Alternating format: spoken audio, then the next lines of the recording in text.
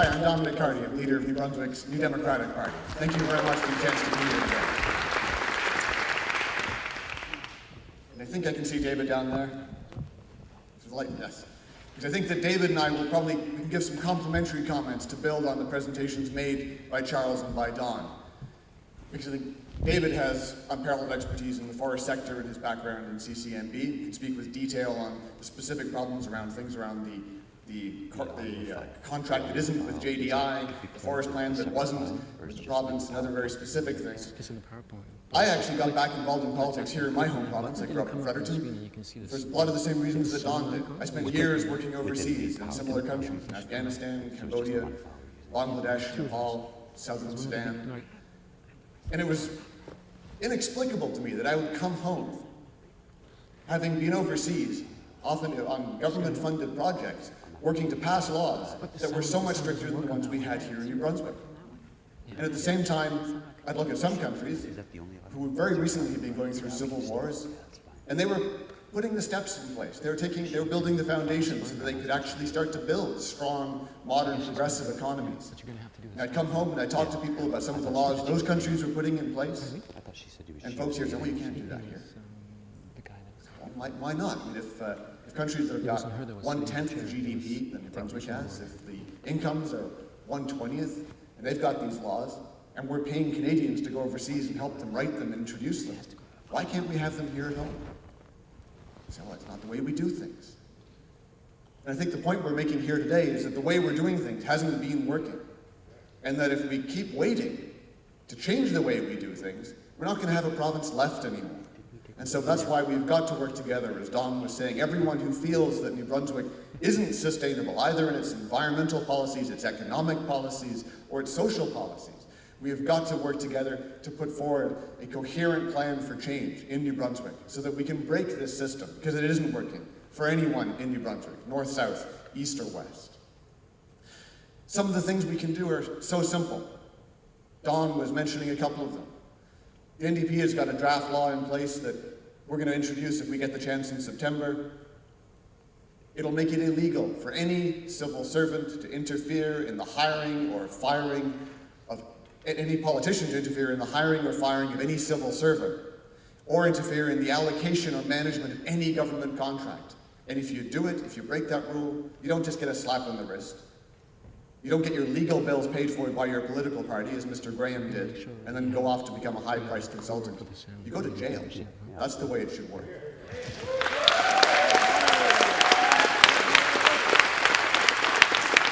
We don't argue. We're talking about roads. The road's getting worse and worse. Do you know that in New Brunswick right now, the Minister of Transport gets to decide 40 cents of every dollar that gets spent on roads? He personally gets to pick.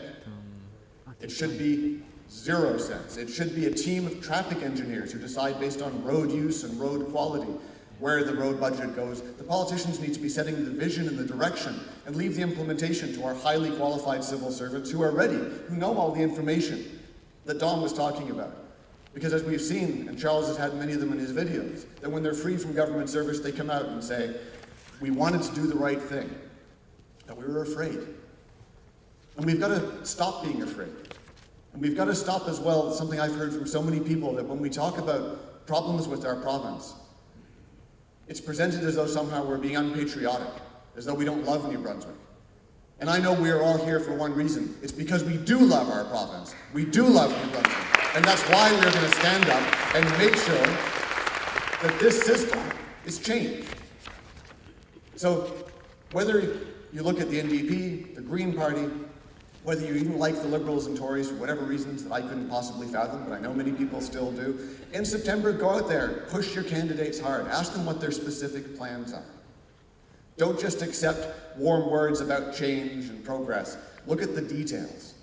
Because what's been missing in New Brunswick is a government that treats the voters as adults, not as people who are ready to be talked down to, given a big bundle of election promises in the weeks before a campaign, only to see, as we've seen on French immersion and other issues the last few weeks, the Liberals and Conservatives just swap sides when they're in opposition or government.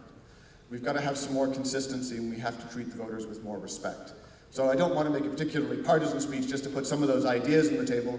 And I know that, again, David will deal with some of the specifics around the fracking file, which Mr. DeVoe is going to talk about ably in a few minutes as well. The NDP's policies and those are quite simple. 2 tests for any resource any resource extraction program in this province. Is it socially and environmentally sustainable, and is it going to make us money? And the first question can't be answered by politicians who have no background in the field. The NDP would create an independent environmental protection agency that would be in charge of looking at every single project, making sure it was sustainable. If they say it's not, industry goes away. If they say it is, then we figure out the price, and the Department of Finance decides whether it's profitable. And only at that point would it go to the legislature for a decision by our elected representatives. So that, to me, is the way in which we can start to bring back some of those ideas that Don was talking about. And I'm looking forward to hearing what David has to say, then running back to Fredericton. I'm sorry I'm missing Mr. DeVoe's presentation, but I've heard him speak before. Thank you again to Charles Theriault as well. Another round of applause for Charles for the work he has been doing. A good man, a good friend. I'm proud to be here with all of you today. Merci beaucoup et bon après-midi. Thanks again. Essentially, the message that I would give out to everyone today, and Don and Charles, they both spoke to this a little bit earlier. I don't necessarily, with the great resource giveaway, one thing I do find is that it is right what they said. It's not all the company's fault. And I'm not defending them because I do disagree with a lot of the things that they do. But it's in our hands as residents of New Brunswick to change that. People can say that they are corrupt, that's right. People can say that the Irvings finance, or any other major company, that they finance the 2 major political parties. Well, I don't recall in my lifetime seeing an Irving or a McCain on the ballot. So at the end of the day, while they might try and control them, we also have control because we get to vote for them. And the message that I would essentially give is that for the 150 to 200 people I see here today, change can be made very quickly and very easily if every person here speaks to 5 people or 10 people that they know, and they then in turn speak to 5 people or 10 people that they know, it will spread across a province this size very quickly. That it's in our hands to do something about it. Between Dominic and the NDP, David and the Green Party, and us within the People's Alliance, there are 3 other options on the ballot. And as far as I'm concerned, as someone who has watched politics very closely, as a former political reporter, as well as a communications director for the People's Alliance, change can happen very fast. And as far as I'm concerned, this September we all have a choice. And we've seen through the last 150, 200 years what electing Liberal and Conservative governments do. The proof is in the pudding. And if we really want to do something about it, then I would strongly recommend that the work that these gentlemen and the work that all the groups that are here today, the work that everyone has done so far, to just keep going. The message will be received by the majority. You can't depend on the media monopoly. That's 100% true, Don. I used to work in it. All I would tell you is don't give up hope. September is only a few short months away. Thank you very much. I want to thank you. Thank you for your passion and your conviction and your heart and your soul in raising your voices, for arguing for things that are right and contrary to things that you know in the bottom of your soul and your heart are wrong, because that's what we need. We need people standing up. We need people speaking out to defend the rights of New Brunswickers and to defend the interests of our beautiful province. So thank you very much for all that you do.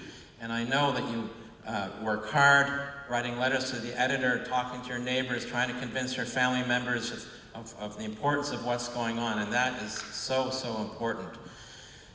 You know, as someone who's now in politics, I'm always told, mostly by Janice, my wife, be calm, be calm. I'm not feeling very calm right now. And I'm trying to be calm.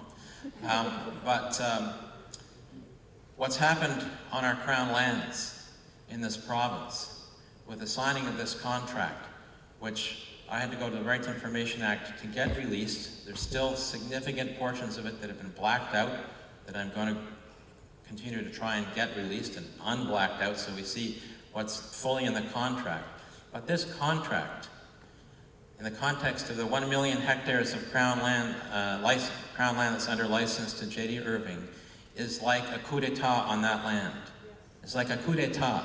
The government has withdrawn its authority for oversight and management of that Crown land, and it got as close to privatization as is possible in this province on that Crown land. And that contract says that if other licenses go to J.D. Irving, and he's got 1 million hectares right now, there's about 3 million hectares of Crown land, there's another 1 million that Norwegian holding company currently holds license to, from Bathurst down through the Miramichi. That contract says if Irving obtains another license, the contract applies to that license. I would bet my bottom dollar that J.D. Irving has a profound interest in acquiring that super license, the Miramichi to Bathurst, that 1 million hectares. That would mean 2 million hectares. 2 million hectares out of 3 million hectares would be covered by this contract that J.D. Irving has signed with our provincial government. Unacceptable. So this changes everything. This changes everything. You know, I worked for a very, very long time on behalf of the Conservation Council and its members and the people of New Brunswick on trying to reform forest management in this province, to try and bring about some community forests, to try and ensure that the resources are tied to our communities, to try and ensure that there's some modicum of ecological integrity in the way our forests are managed. This changes everything. So the only question is, for the election that's coming up, because this is the only way this contract can be eliminated, is to pass a law that will rip up the contract and try and prevent the Irvings from signing the government.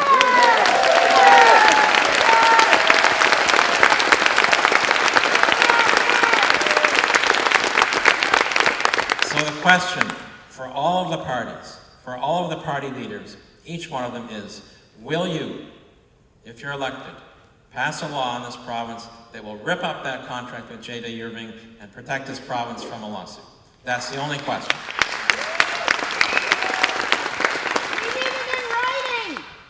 Even better. Now we're in a church, a very big church. So miracles maybe happen. So if the Green Party in fact form the next government, I can certainly guarantee to you that I will pass a law and rip up that contract that we've signed with J.D. Irving.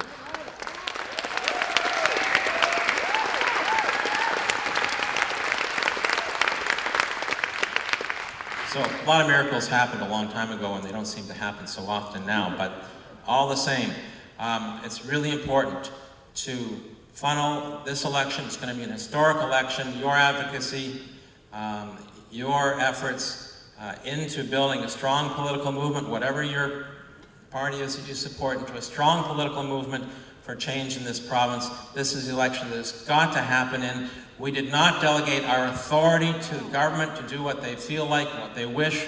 When we vote, we do not give away our power. We vote for them to represent us, and that's not been happening for a very long time, and that's got to change in this next election. Thanks very much.